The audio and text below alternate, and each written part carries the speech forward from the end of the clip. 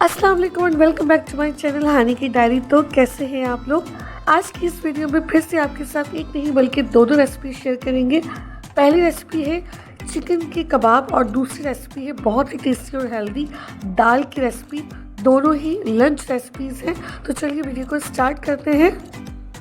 तो यहाँ पर एक बाउल के अंदर हम तकरीबन आधी प्याली यानी 100 ग्राम के करीब उड़द की दाल लेंगे और साथ ही उसके अंदर साथ शामिल करेंगे आधी प्याली के करीब यानी 100 ग्राम मूंग की दाल यानी पीली वाली दाल। इसको हम भिगो लेंगे तकरीबन आधे घंटे के लिए और वॉश करने के बाद भिगोने के बाद आधा घंटा गुजर जाएगा तो उसका पानी जो है वो हम निकाल देंगे और इसको फिर हम पकने के लिए रख देंगे चूल्हे पे। इसके साथ ऐड करेंगे एक प्याज, साथ ही 2 टमाटर ऐड करेंगे, क्रश्ड जिंजर यानी कुटी हुई अदरक ऐड करेंगे 1 टेबल स्पून। साथ ही यहाँ पर 6 से 7 हमने लहसुन की जवे ले लिए हैं। उसके बाद मैं इसके अंदर ऐड करूँगी 2 से 3 हरी मिर्चें और साथ ही इसके अंदर ऐड करेंगे नमक। लेकिन अगर आप इसे कुकर के बजाय नॉर्मल जो पतीला होता है उसमें बना रहे हैं तो नमक ऐड मत कीजिएगा, वो हम एंड में ऐड करेंगे। अब यहाँ मैंने ऐड कर दिया है 1 चम्मच हल्दी, 1 चम्मच पिसा हुआ धनिया, आधा चम्मच ऐड करेंगे पिसा हुआ ज़ीरा और अब हम इसके अंदर ऐड कर देंगे पानी। अगर कुकर में बना रहे हैं तो करीबन डबल पानी यूज़ करेंगे जितनी हमने दाल ली थी, और अगर आप नॉर्मल पैन में बना रहे हैं तो जितनी रिक्वायरमेंट है आपकी उतना पानी आपको ऐड करना है। अब यहाँ मैंने तेज़पात का आधा टुकड़ा डाल दिया, एक जो है वो मैंने बड़ी इलायची डाल दी और 3 से 4 लौंग डाल दी। आफ्टर 15 टू 20 मिनट्स या फिर 2 विसल के बाद यहाँ हम चेक करेंगे तो हमारी दाल जो है वो ऑलमोस्ट बिल्कुल टेंडर हो चुकी होगी। और अगर आप पतीले में बना रहे हैं तो आप चेक कर लीजिएगा, जब तक कि वो अच्छी तरह से गल नहीं जाती है उस वक्त तक आपको पकाना है। बिस्मिल्लाहिर्रहमानिर्रहीम। तो दाल हमारी परफेक्ट कंसिस्टेंसी के साथ टेंडर हो चुकी है। अब ये जो टमाटर हमने इसके अंदर डाले हुए थे बड़े आराम से जो इनका छिलका है वो हम उतार लेंगे और अब हम इसको थोड़ा सा चलाएंगे ताकि जो दाल है वो हल्की हल्की मैश हो जाए। तो देखिए दाल को हमने घोटा लगा लिया, चम्मच से ही लगा लिया, तो दाल की कंसिस्टेंसी आप देख सकते हैं। बिल्कुल मैश भी नहीं किया है हमने, थोड़े से दाने नज़र आ रहे हैं दाल के। अलबत्ता जो हमने प्याज और टमाटर वगैरह डाले थे वो मैश हो चुके हैं। तो चलिए अब तड़का तैयार कर लेते हैं, जिसके लिए मैंने यहाँ पर 200 ग्राम घी लिया है। आप चाहें तो इसमें थोड़ा बटर भी ऐड कर सकते हैं।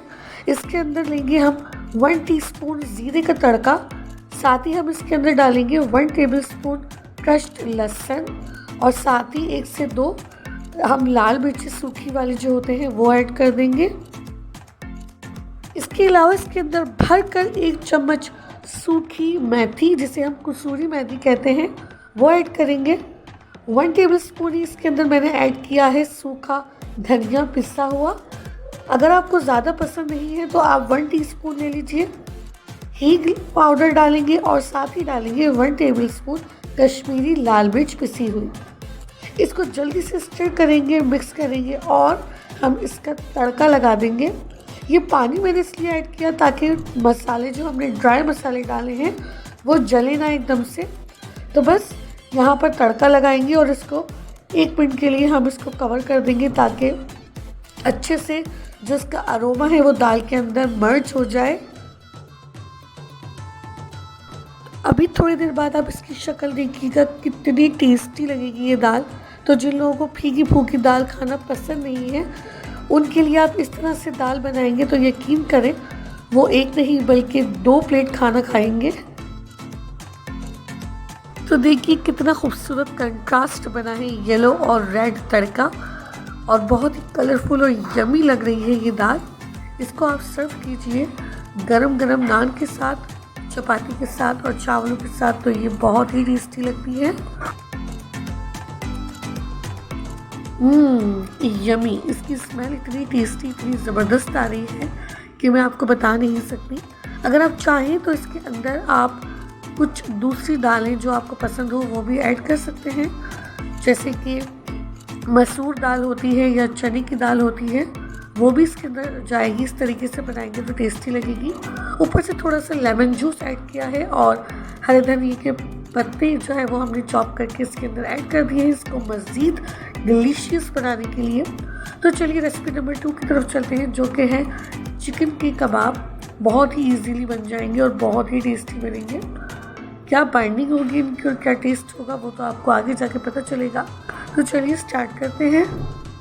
तो यहाँ पर एक चॉपर के अंदर 1 अदद शिमला मिर्च डाल दी, 1 अदद प्याज डाल दी, साथ ही 2 से 3 हरी मिर्ची डाली और हरा धनिया डाल दिया। इसके बाद इसके अंदर ऐड किया क्रश गार्लिक और हमने इसको अच्छे से चॉप कर लेना है। उसके बाद इसके अंदर टमाटर ऐड करेंगे और फिर एक बार फिर से चॉप कर लेंगे, मिक्स कर लेंगे। तो हमारा जो कच्चा मसाला है वो रेडी है। अब यहाँ पर एक टिप आपको दे दूँ कि अगर आप चाहते हैं कि आपके कबाबों की बाइंडिंग अच्छी हो तो ये जो एक्स्ट्रा जूस इसमें से निकला है वो आप अलग कर दीजिए और जो रह गया है ड्राई बिल्कुल मसाला वो हम इसके अंदर ऐड करेंगे। किसके अंदर? चिकन थी हमारे पास तकरीबन 250 ग्राम, उसको हमने पिसवा लिया था, उसके अंदर ऐड करेंगे। साथ ही सारे स्पाइसेस जो अभी आपने देखे वो ऐड कर देंगे।